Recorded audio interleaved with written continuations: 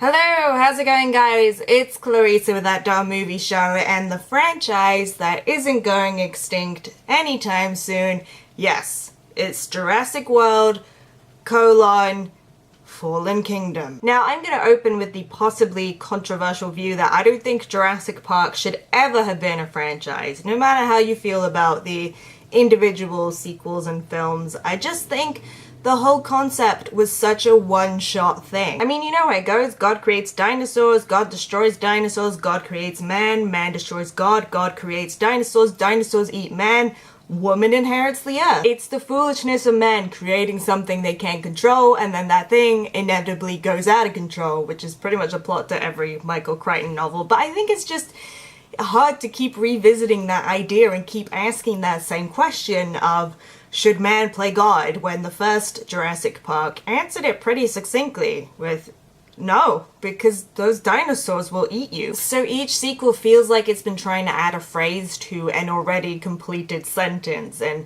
I think what particularly feels the strain are these two Jurassic World movies that just really have nothing to say. They are trying to follow this Pandora's box idea of like, dinosaurs exist again, we can't go back from that, and really running with the idea from the first Jurassic World where, you know, inevitably because of all of mankind's cruelty and greed, somebody is going to try and weaponize these dinosaurs. Which, let's just stop right there, because we have drone bombers, right? Why would anyone want what essentially amounts to a big angry lizard when we have drone bombers and someone could just come along and drone bomb your dinosaur and then that dinosaur is dead? If weaponized dinosaurs is really the cool big idea the Jurassic World trilogy is trying to build itself around, which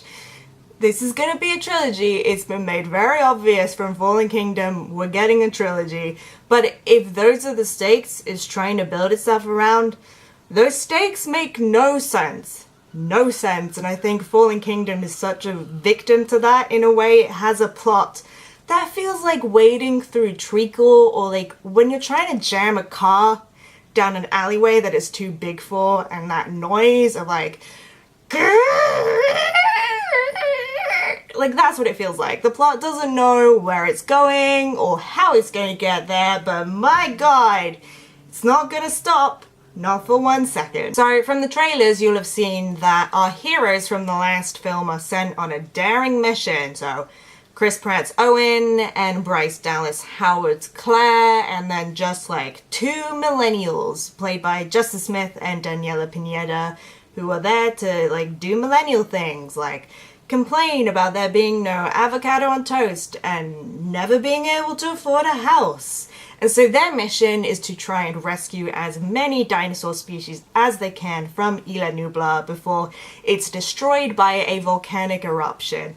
And then like another thing happens, and also James Cromwell turns up as a character called Benjamin Lockwood, who was supposedly John Hammond's business partner, even though we have never seen or heard from him before. Which leads me neatly to the point that there is so much stuff smacking us in the face in this movie that there is zero room for character development. Take Owen and Claire, for example, who had that opposites attract romance in the first film and have now been specifically broken apart so that we can have that exact same romantic subplot all over again.